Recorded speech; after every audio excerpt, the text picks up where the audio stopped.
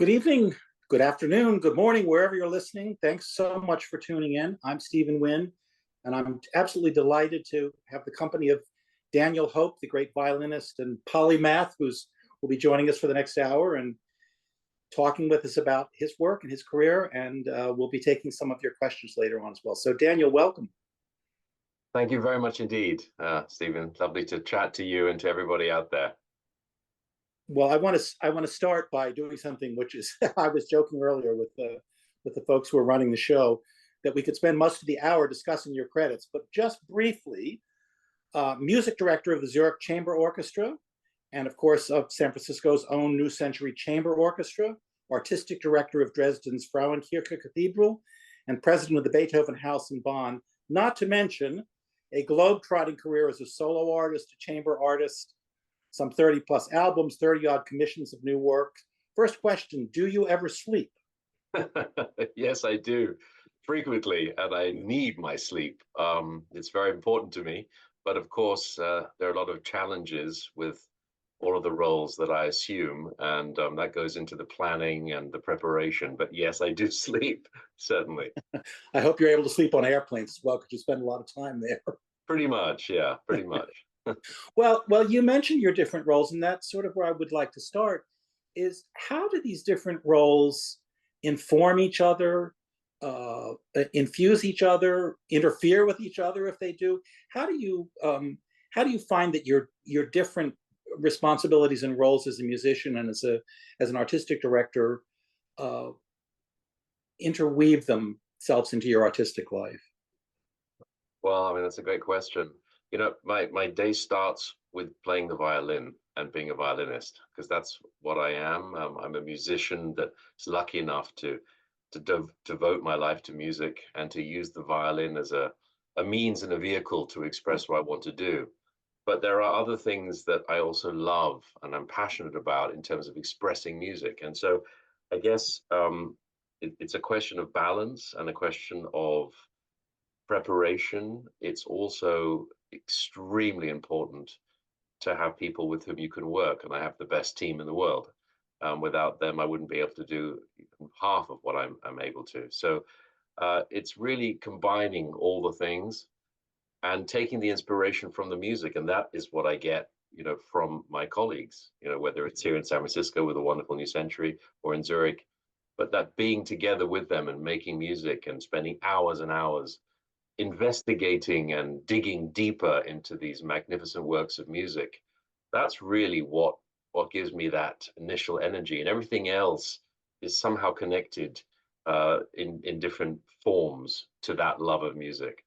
Do you feel yourself consciously changing hats at times? Now I'm a soloist, I play somewhat differently than I do when I'm an ensemble player. I think about a piece differently if I'm leading, or if I'm how does that? Well, I mean, chamber music was and is fundamentally important to my life. I was so privileged to spend almost 8 years as violinist of the Beaux-Arts Trio. Beaux-Arts Trio, yes. Yeah. So that really gave me a grounding into not just how to play music, but how to share it and how to learn about the voicings within music. And so when I'm playing in an orchestra, let's say as a concertmaster, it's exactly the same as playing a trio, because we're listening for the voicing, we're sharing phrases, we're having a conversation. If one is accompanying a soloist like we are at the moment, fabulous cellist Sterling Elliott, then you do assume a different role because you're there to help him share his vision. And so it's a question of where to take yourself out of the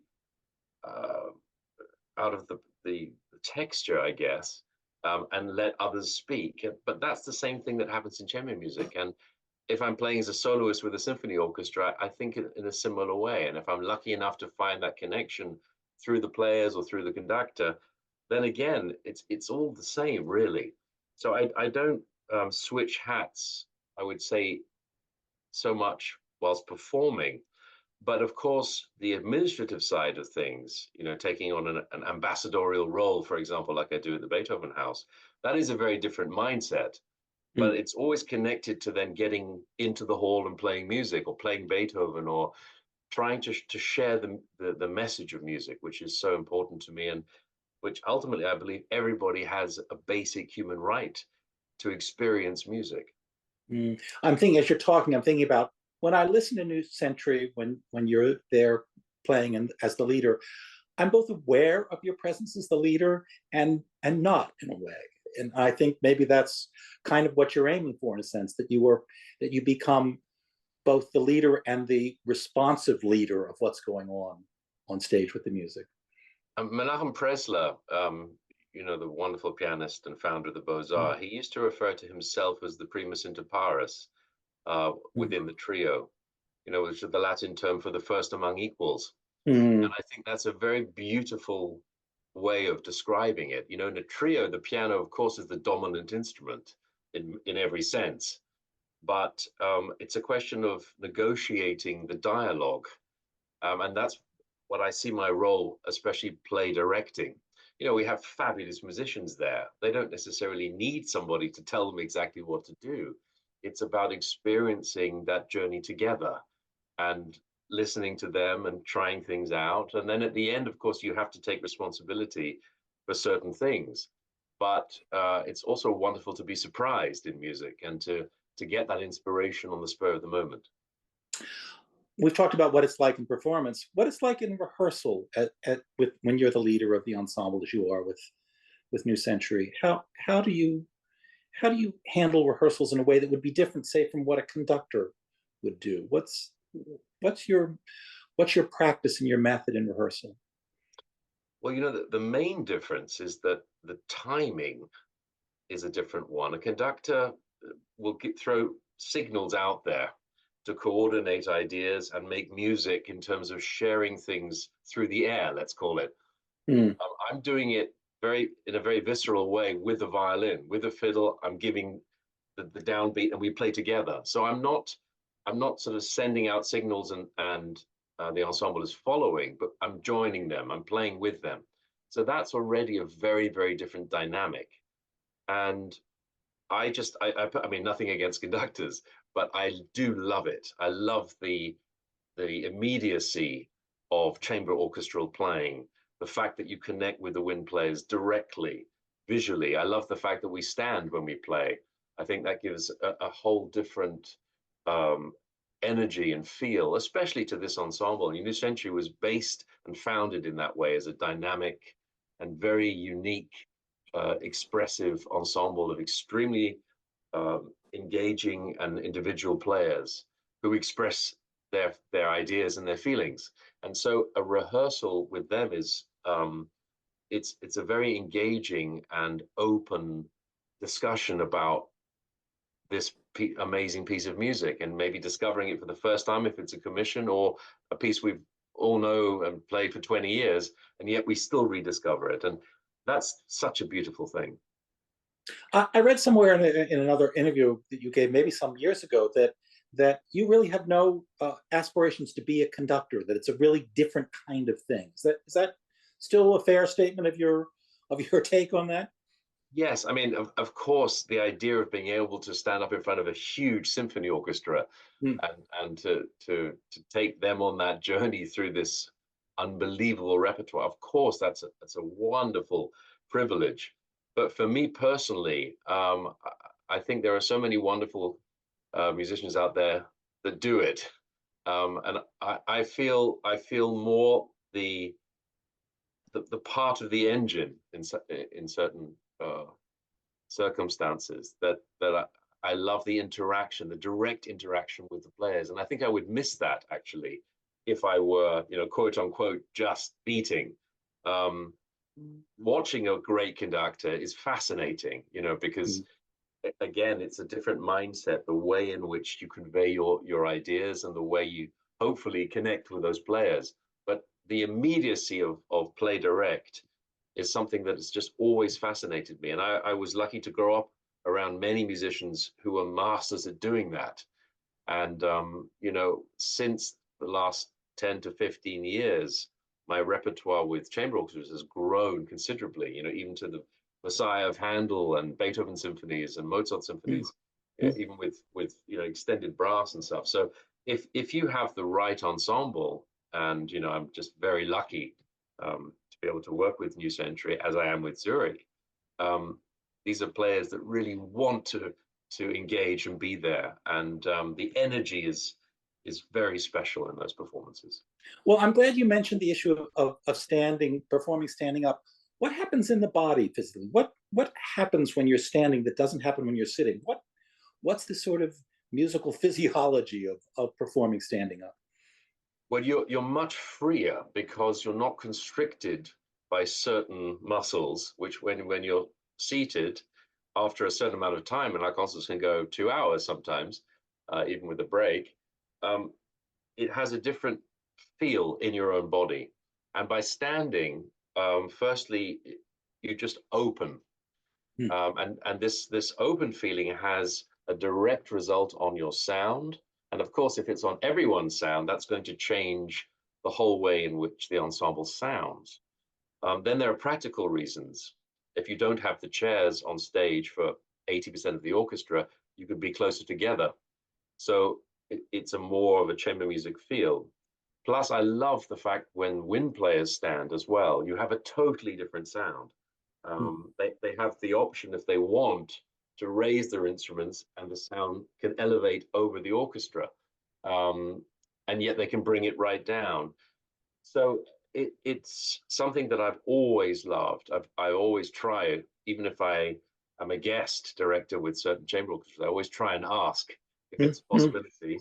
And for the most part, they're open to it. But New Century, even if that's not their method normally. yes, of course, it's very different if it's an orchestra that only sits and they'll just stand for the one concert. New Century was always standing. They always did that. That's a great thing. It's one of their wonderful traits. And when I came to Zurich, they were not an orchestra that used to stand. My predecessor, Sir Roger Norrington, would conduct, and they would always be seated. In fact, their whole history. So for them, it was a new challenge. But I have to say now, there's no going back. They love it, and even after 2.5 hours, you can see that they're still there. They're still full of energy, and that's noticeable. Is balance easier to control when you're standing that way? You mentioned being closer together. Does that? I'm not sure if it's easier, but I find if I sit for a long time, in the end, your posture relaxes into the chair. Through being tired or through whatever. But if I'm standing, I have to keep the tension also in my body, and it keeps me fitter. And I don't know, it gives me more scope to invent and to discover. Daniel, thinking about some of the many projects you've done over the years, I sort of have come to think of you as a kind of walking Gesamtkunstwerk, a synthesizer not only of different kinds of music, but of visuals and film and theater and literature. I wonder if we could talk about some of these things, some of which have been done in concert as well as in recordings and in film. Let's talk about some of them. A project of yours, I don't remember exactly what, is the music of the Belle Époque. Tell us how that came about and how that developed and evolved for you. Well, I've always been fascinated by different periods of music and what they meant musically, but also politically, historically. And, I'm somebody that often has ideas, but those ideas could take a long time to really come to fruition. And part of that is because I research constantly music, and there is just so much music out there, much of which we don't know even now. And with the developments of the internet and the research, you're now able to actually locate them in a way that you couldn't when I was a student or growing up, where you would have to go to libraries and get physical copies. But now you can actually find these pieces, and this often puts me on a kind of detective hunt, really. And with Belle Epoque, I just, over years and years, I gathered more and more information and music and musicians and combinations, until eventually I had the feeling I wanted to build this into a project. And that became firstly a recording project for Deutsche Grammophon. But these recording projects are often the starting point. There's something that might have been in my head for a long time, and then they get launched into a performance project. And that can then have many, many different forms. It could be chamber music, it could be orchestral, it might be multimedia, it might even be a film. It sets off a process by which I then start to research even more.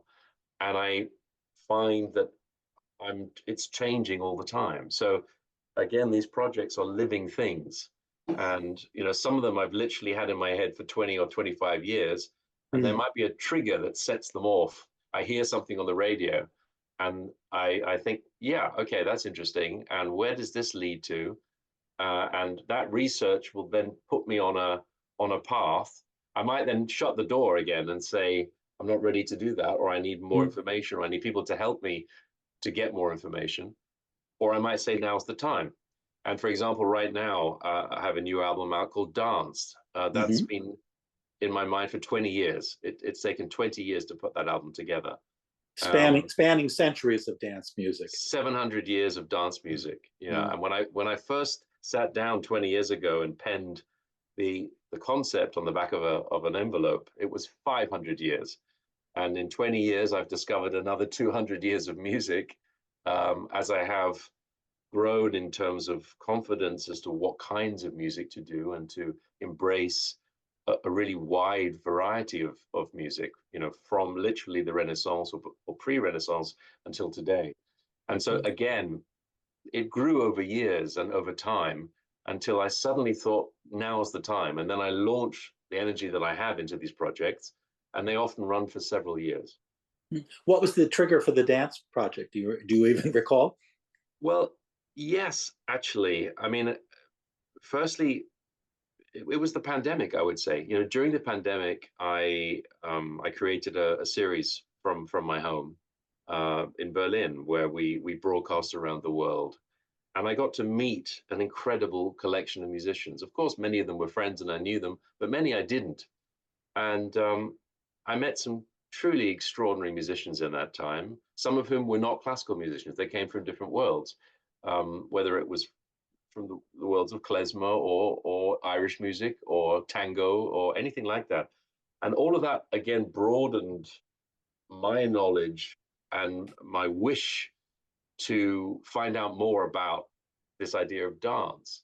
And then when the pandemic really sort of started to ease and we went back into the concert halls, at the time I was doing an American project.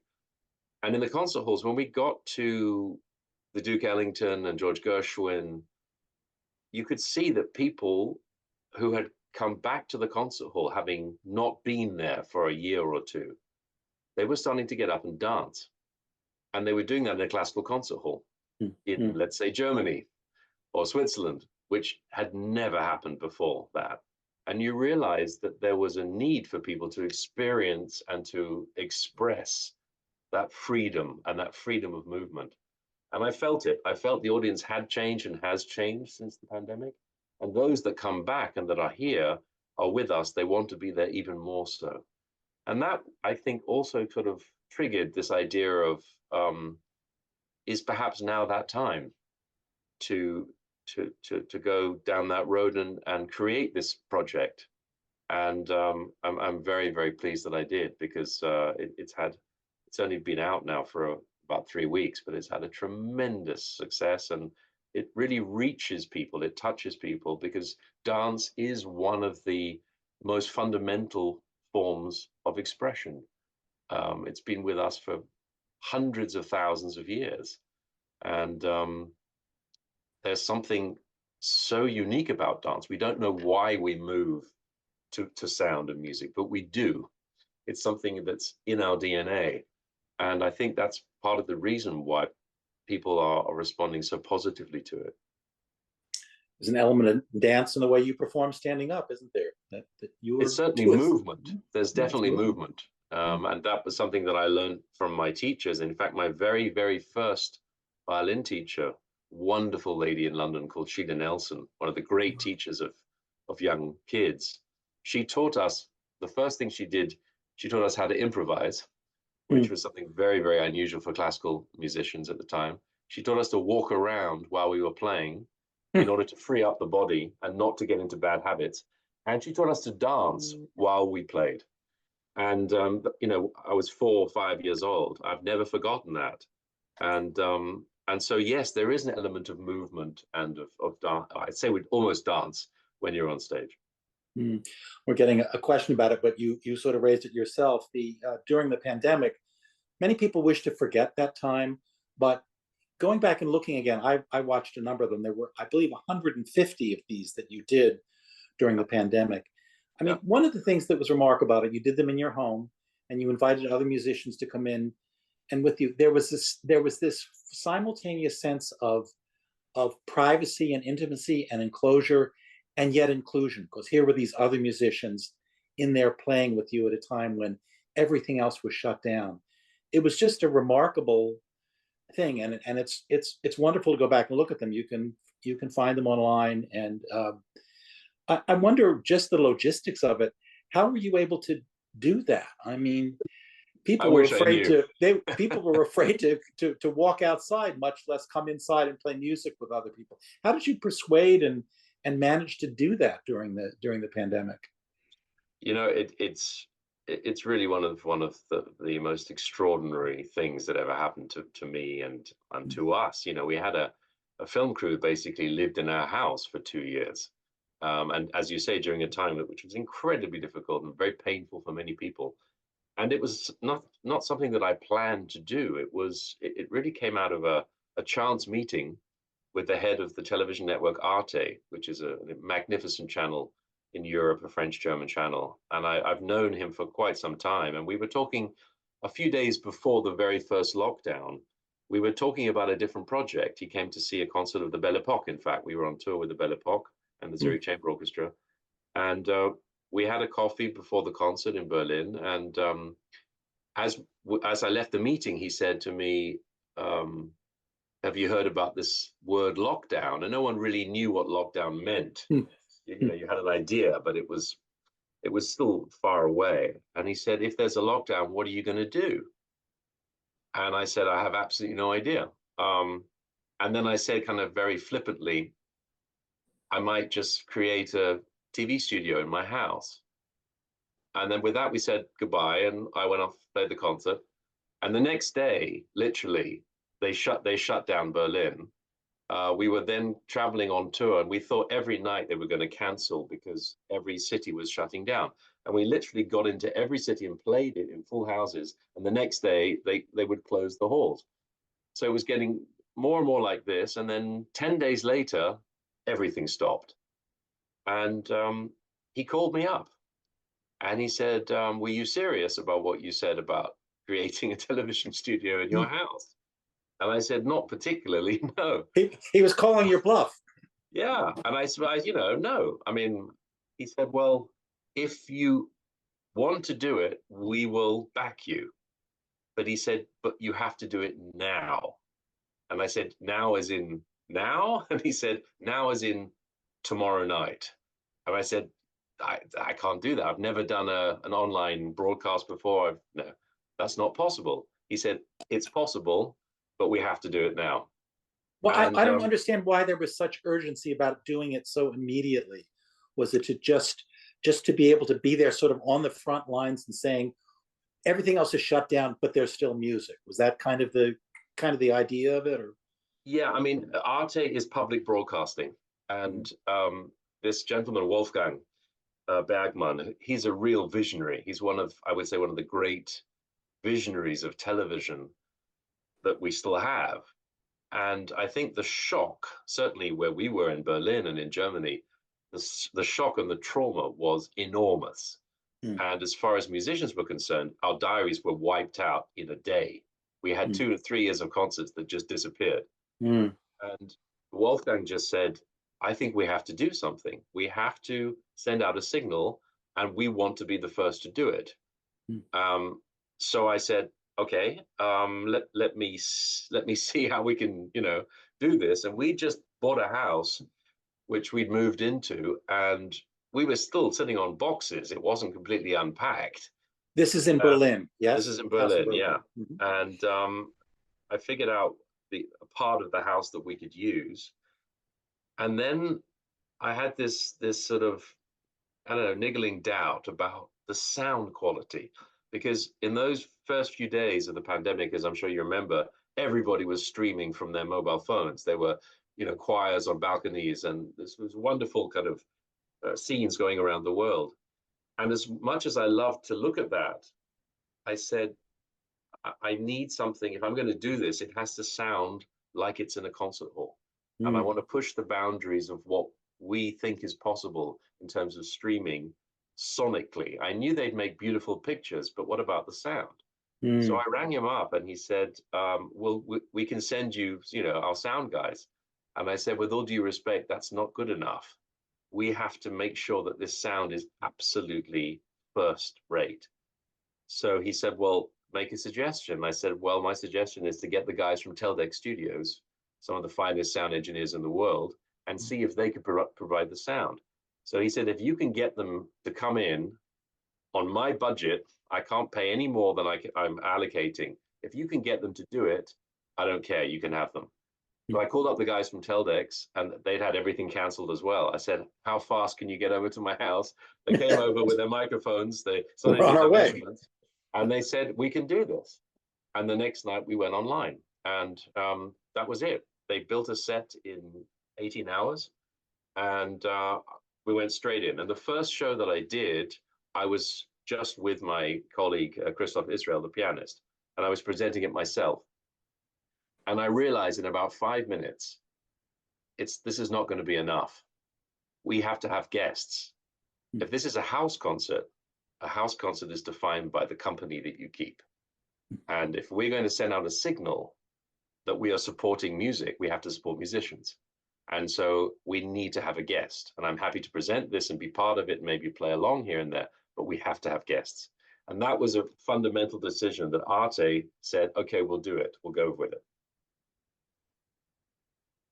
Did anyone turn you down during the many months that you did this? No, actually. Amazing. I'm not. I mean, of course, as in between the two lockdowns, that there was a partial opening, and so people then were accepting some work. So it might have been, I can't do Wednesday night, but I could do Thursday night. And the fact is, we broadcast every single night, and the first 100 shows we did live, absolutely without any preparation or rehearsal. We did it at 6 p.m. so that I could still take my kids, put them to bed. And, we had this parallel life that was going on. And the amazing thing in the first 10, 12 days is that everybody, of course, was at home and sitting there, wondering what was going on. So I could reach them. I reached out to people, famous musicians, who would never have even picked up my call, but they were there and they answered. Excuse me. So that was absolutely amazing. The whole thing was just remarkable. And looking back on it now, do you sort of wonder at the cheek of doing it, or the just the intrepid quality of what you were doing? We didn't really think about it. I think we just we ran with it, and we thought, excuse me, we might get shut down. It just might not continue. And I thought it would go maybe 10 or 12 episodes. That's what I thought at the beginning. And then it was Arte that just said, we have to keep going. And by that stage, millions of people had watched it. Right. That was the extraordinary thing. We hit our first million within about 4th or 5th episode. And then I said, look, why don't we reach out to people and ask them for suggestions? And people were sending in videos, and people were sending in suggestions of what to play. And that's how I met some of the artists, in fact, that I now am lucky to call my friends and colleagues, because they were suggested to me, and they came there. And once Berlin was opened up, we could start, inviting musicians from outside. And then when the second lockdown came, I made a very conscious decision. I said, many of the people that we had were incredibly famous. Simon Rattle, Christian Thielemann, Robert Wilson, amazing, legendary people. But I said, we need to help people that aren't famous. We need to make sure that there are people out there who can earn some money and that can have a platform. And so we started to invite young artists, and we did 49 episodes every single day with only young artists. And every single one of them got paid, as did everybody on that show. Everybody got a fee. It wasn't a huge fee, but everybody got paid, because I thought it was important to try and sustain an element of normality in a time that was absolutely not normal. Remarkable thing. Some of the other projects that you have done over the years, Escape to Paradise, about the music that European emigres were creating in Hollywood. Who were some of the musicians and some of the music that you were showcasing with that? You know, all of that music really came back to a chance encounter, I would call it, with one piece of music. It was at the end of the 90s, and I was in the car driving in England, and a piece came on the radio that I didn't know. And, you know, I don't know how you have the same maybe, but if you hear something and you don't know what it is, you try and guess. And, you know, it was a string trio, and it was, firstly, it was unbelievable, but I didn't know what it was. And I was thinking, this sounds a bit like Stravinsky, a bit of Bartok, there's some maybe Janacek, I don't know. And it got better and better. And it was so fantastic that I had to pull over because I didn't want to miss the announcer telling me what it was. And the BBC announcer came on and said that was a string trio by Gideon Klein. And I had absolutely no idea who Gideon Klein was. And I wrote down the name and I went back. And this was, you know, just the beginning of sort of Google times. And I kind of researched Gideon Klein, and this whole wealth of information came back at me about Theresienstadt. And I knew what Theresienstadt was, a concentration camp outside of Prague that was a holding camp for prisoners, Jewish prisoners, before they were sent to Auschwitz and other places. But I had no idea at that time that it was a place in which these extraordinarily brave people somehow found the strength and the inspiration to write music, to compose music, to perform. And this fascinated me, this story. And so I started to read more about it. And there were still quite a few survivors at the time who were in Theresienstadt, many of them who were musicians. So I started contacting them and interviewing them and writing about them. And then the first album ensued out of that. And out of that, I was contacted by Anna-Sophie von Otter, the great singer, who had also, she had a different approach through her family history, but she was equally obsessed with this music. And that led to a long collaboration with her, which ultimately led to a film. And after years of doing this music of persecuted composers who were persecuted, murdered by the Nazis, I started to ask myself, what was it like on the other side, the flip side of the coin? You know, there was some human fates there that were decided in split seconds for whatever reason. And some of those musicians somehow got out and escaped and ended up, to a certain extent, in the United States, and then helped to create what we know as the Hollywood sound. And that led to the next strand of real fascination for me. And I started to find out more about Korngold and Miklos Rocha and Castelnuovo Tedesco and, you know, these fascinating characters. I became very close to the Schoenberg family and went to visit their house in Los Angeles. And so again, all of this was like a mosaic. And Escape to Paradise is the long answer to your question. I apologize. That's all right. Escape to Paradise was the flip side of the coin. It was, where did the sound of Hollywood come from? Who were the composers that created it, that inspired it, and that sent a very strong message back to Hitler and back to the Nazis.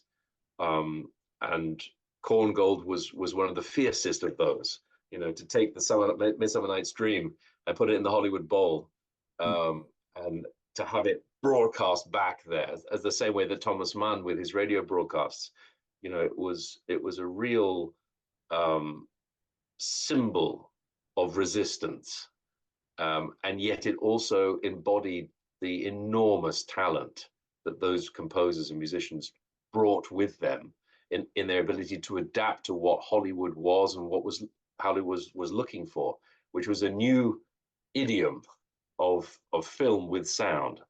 And again, that I found out tremendously fascinating. Another project of yours that's somewhat adjacent to that is music from 1938. Tell us about that project and why we know historically what 1938 was about, Kristallnacht, and you know, the Great Turning. What tell me how you developed that project. I was asked by the Verbier Festival to create something different, a different kind of project. And I'd had this idea in my head for a long time of visiting the year of 1938 and trying to tell the story of it. And 1938, as you say, we know towards the end of that year, we have the so-called Kristallnacht, the night of broken glass, or the 9th of November. But I started to research the year, and I went into chronicles, and I was reading what was happening month for month. And it was really fascinating because that was the year that the Nazis really upped their campaign of terror. But they did it in that very, very evil way of installing it into the laws of the country, which they were passing at an incredible breakneck speed from January until November. And at the same time, again, I asked what was on the other side of the pond. And I looked at January 1938, where Benny Goodman performed Sing, Sing, Sing in Carnegie Hall. And I started to look at this juxtaposition of these two worlds. And I thought, what about a kind of a radio play that tells the story of that year month for month? And we get two radio announcers from the period, one American, one German. And I rang up Thomas Hampson, who's a close friend and a musician that I just adore and love and admire. And I said, what do you think about this idea? And he said, I love it. I absolutely love it. Can I be the radio announcer? And I said, well, I was hoping you would say that, because that's exactly what I was looking for. And so Thomas Hampson was indeed the radio announcer. We had an extraordinary German cabaret singer who looks like he comes from the 1930s, Horst Maria Merz. And I put together a kind of a jazz band ensemble, and we told the story month for month. And that had such an impact that we decided that we wanted to try and extend it.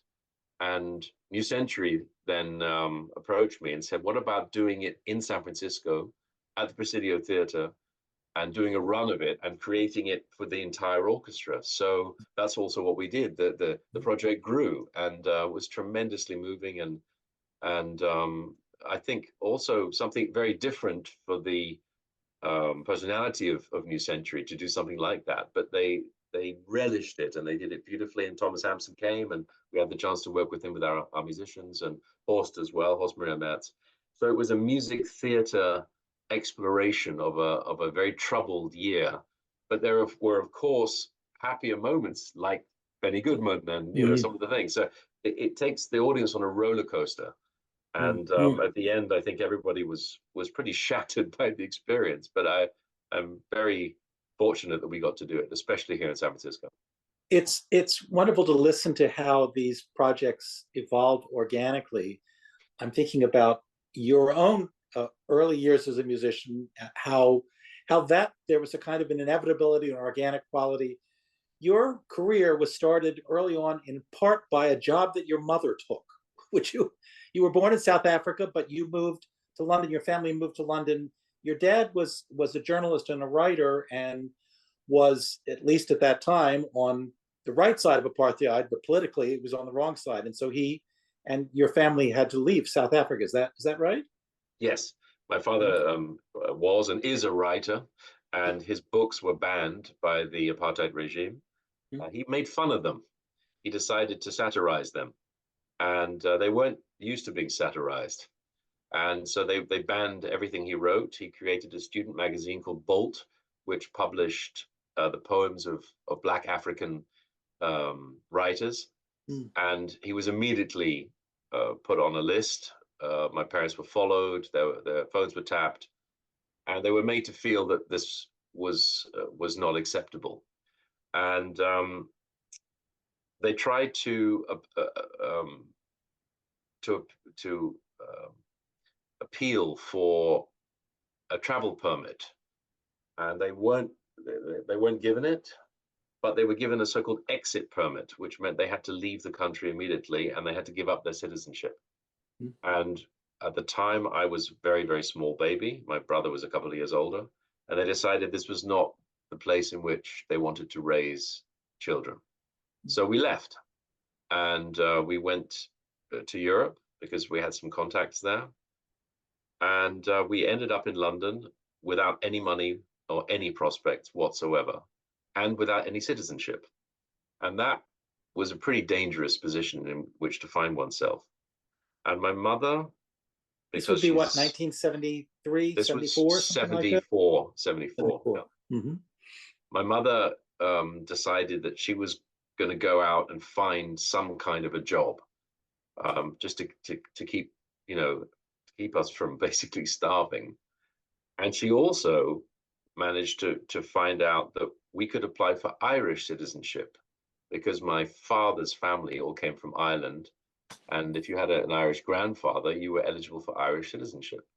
So she applied on our behalf and we got it. We became Irish overnight. And as a result, we were able to stay in the UK because that was also limited. And then she went one step further and went out as a secretary. She had trained as a secretary and managed to find contact to an extremely high-powered work agency that relocated secretaries to very high-powered people. Mm. And she was given 2 job offers. One was secretary to the Archbishop of Canterbury, and the other one was secretary to Yehudi Menuhin, great violinist.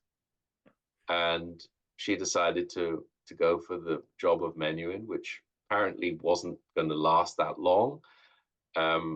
And he said, it's a tough job, and I give you 6 months. And she went to meet Mr. Menuhin, and he said, do you know the difference between Beethoven and Bach? And she said, I think so. And he said, great, you've got the job. And 26 years later, she still had the job until he died. And that's now 25 years ago. And so our entire life, which had no contact to music whatsoever, my parents are not musicians. They're not musical. They love music, but they have absolutely no musical training whatsoever. Suddenly, we were thrown into a musical household where every second you heard music, you listened to music. And not just music, you had Yehudi Menuhin, you had all the people that came to play with him. You had the vast array of musical forces that came.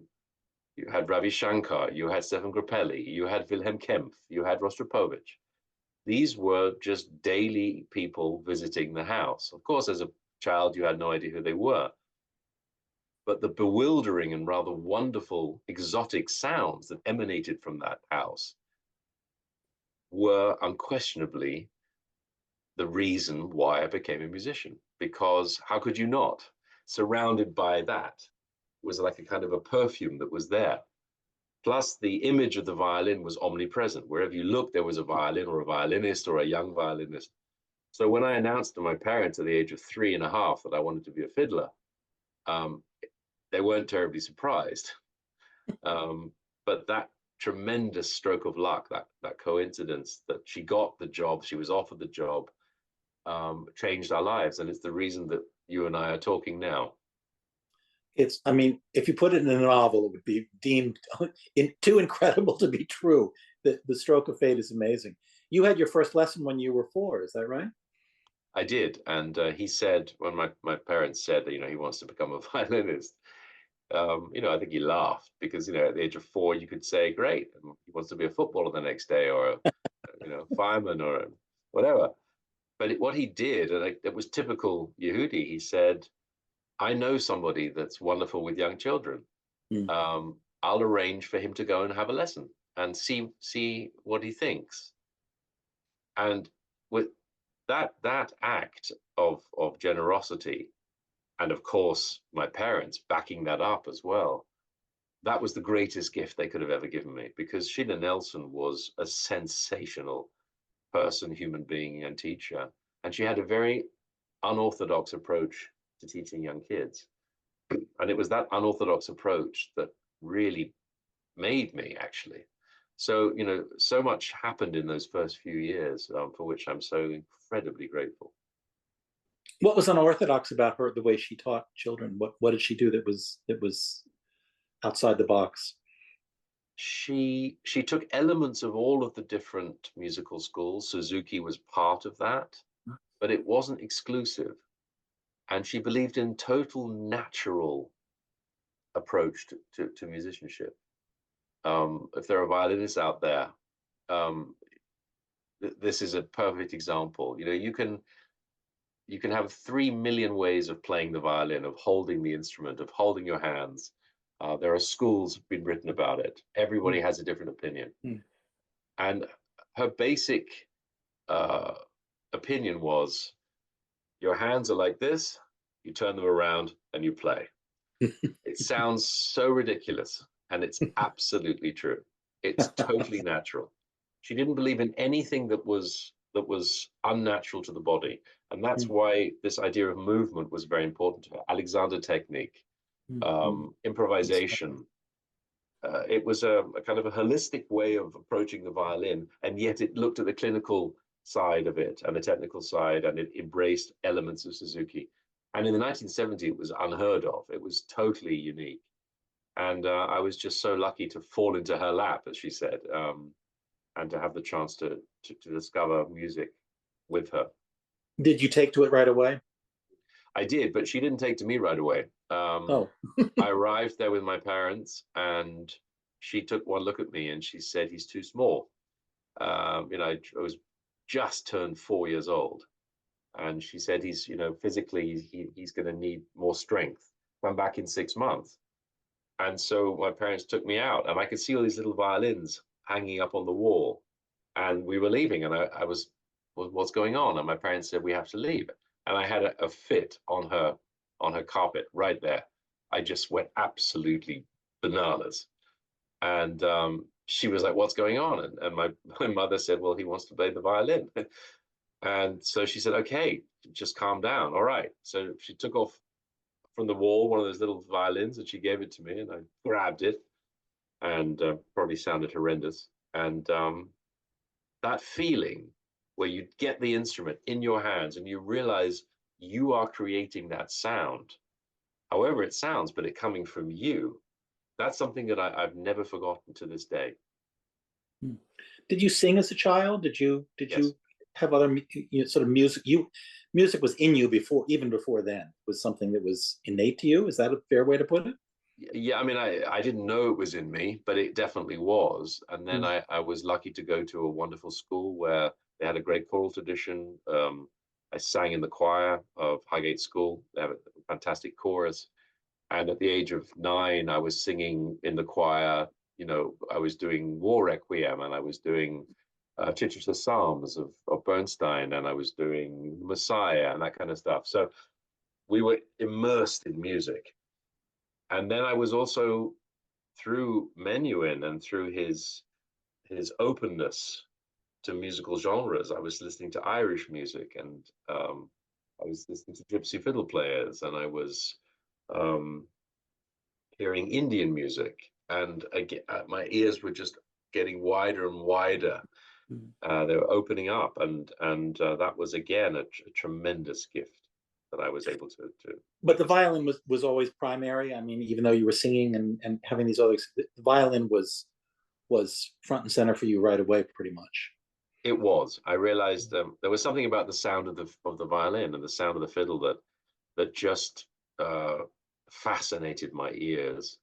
And of course, if you have a Yehudi Menuhin, or you have some of the wonderful violinists that passed through his life, you know, and they all came, and they came to his festivals. Pinchas Zuckerman, you know, I got to meet when it was my 10th birthday, and he came. You know, we've been friends ever since. But you know, hearing Mr. Zuckerman's sound the first time, or Itzhak Perlman, or all these unbelievable luminaries, they often came because of Menuhin and the connection there. And so the fact that I had access to these towering musicians from early on, you know, was just extraordinary for me. And you heard close up what it could be, what was possible. I did, and you know, and then I, at the age of 10 or 11, in Gstaad, in the music festival that Menuhin ran, where we would spend every summer because my mother would work there, I would go and listen to all of these musicians play, and I was doing page turning for a number of them, so getting close up, because I realized if I'm on the stage with them, I can see even closer as to what's going on and how they do what they do. So I just realized this is what I want to do, and I know I've got a huge uphill battle to get to where I'm going, but I better start now. And then, you know, through Gestalt, through that place, and through the people that came there, one thing led to another. What a tremendous apprenticeship! I mean, it's incredible to hear about it. Were you a prodigy, do you think? No, I wouldn't say that. I was incredibly enthusiastic, and for me, music was about joy, having fun, having joy. And then I realized suddenly that that's not going to be enough to make it. And that was really probably the meeting that I had that changed my life as a violinist, was with Zaha Bron, because I'd had wonderful teachers before that. Felix Andreevsky, Itzhak Rashkovsky, Grigory Zhislin, three magnificent teachers. But Bron upped the game. And going into a class of Bron, you had all of the fabulous young fiddle players sitting there listening to you, and then they get up and play. And some of them were half my age, and they just, I mean, it was extraordinary. And I realized, boy, do I have a lot of work to do. And so I sat down and said, okay, let's practice. And that's when I really, really worked hard, because I knew it was not going to be easy. I always felt that the music came easily to me, but everything else, you know, you have to play this instrument on a daily basis. It doesn't play itself, unfortunately. Nobody's career rise is smooth, no matter how well it goes. Were there times when you wanted to give it up? Times when you were discouraged and thought, I'm just not good enough. I don't have whatever it was that it takes. Did you ever get daunted to the point where you thought it wasn't going to happen? You know, I had major setbacks, absolutely, and major disappointments, and many times, you know, where I would sit and look at the diary and there was nothing in it for a year, one concert here and there. I never lost sight of the fact that I believed that I had something to say. And there were certain musicians that told me, you have a voice, you have something to say, fight for that. However hard it might become, or however many times you might doubt that, or somebody might say you're not going to do it. You know, I heard that phrase so many times: you're never going to make it. That's never going to happen. You can't do this. You can't play that. You know, if I had $1 for every time I'd heard that, you know, and every time I heard that, I kind of had this feeling, I can't give up. I have to do it. So yes, there were setbacks. Yes, there were times where, you know, I wasn't sure if I could continue, but I always was lucky that I had people, musicians, friends, that gave me that energy and said, keep going, keep doing it. And I realized also that my way of constructing programs at the time was pretty unorthodox, because I wanted to tell stories. I believed that the story was as important as the music, at least the way in which that music is conveyed.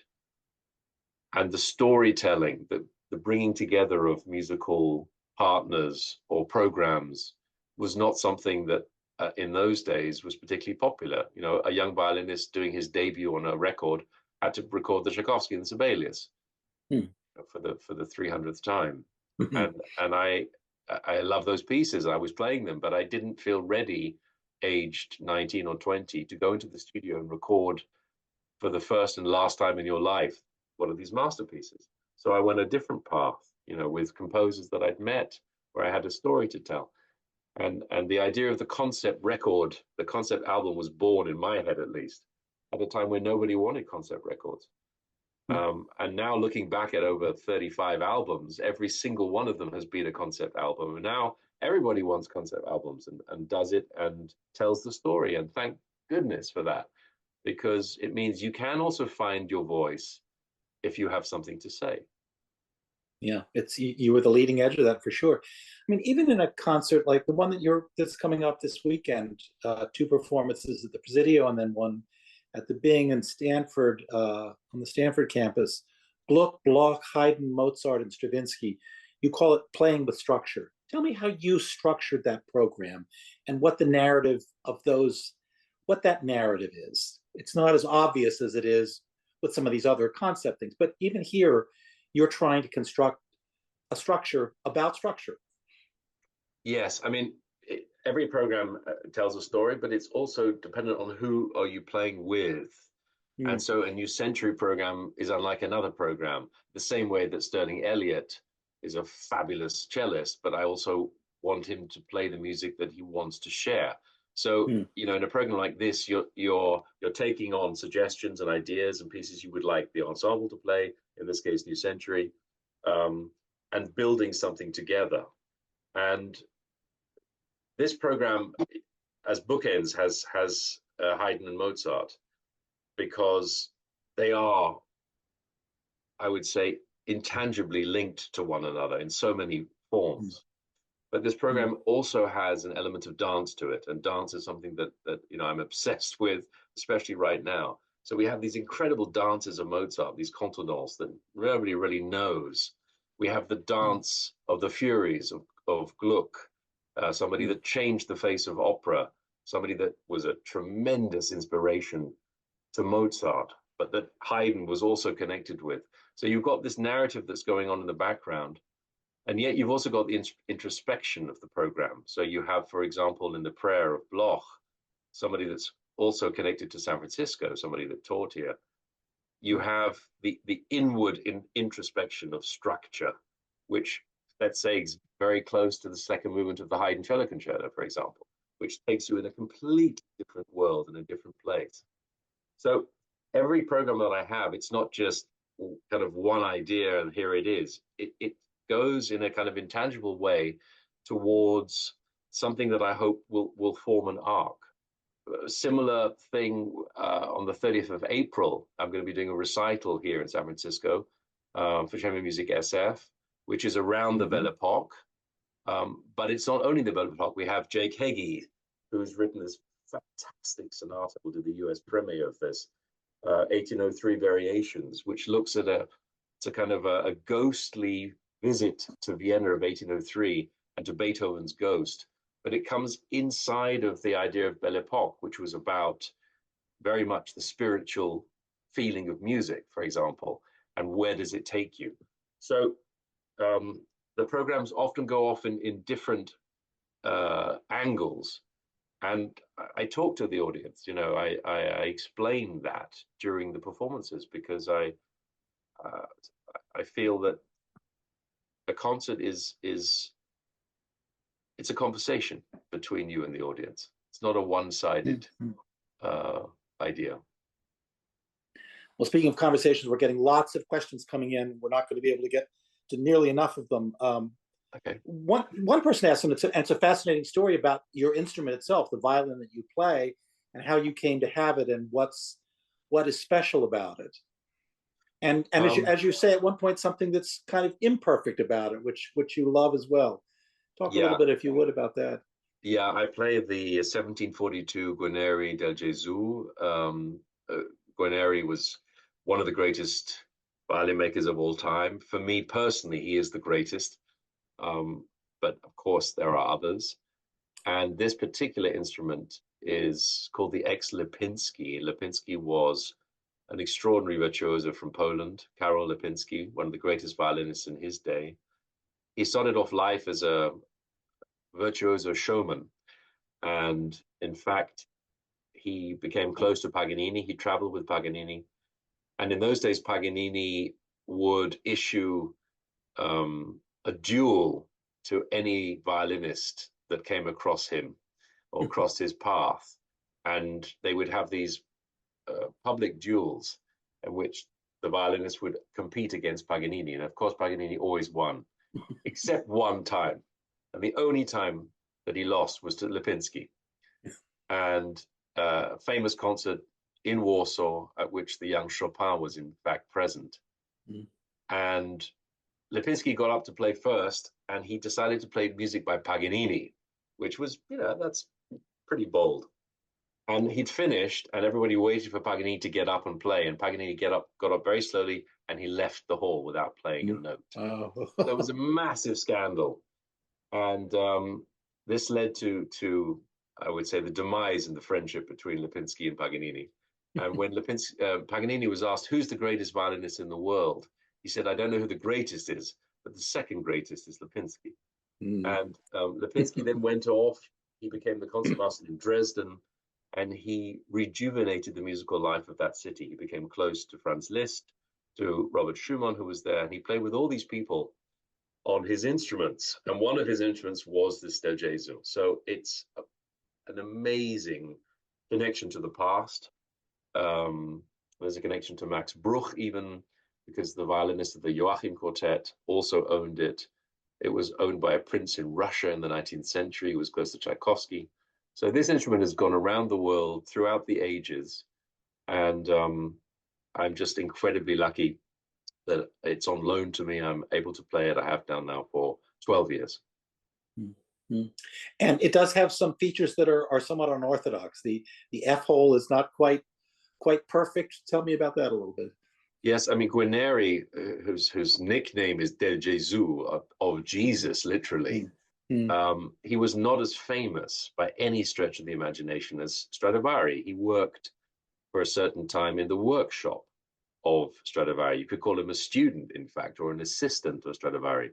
And Stradivari was extremely famous, very wealthy, and very, very much on the forefront of violin production.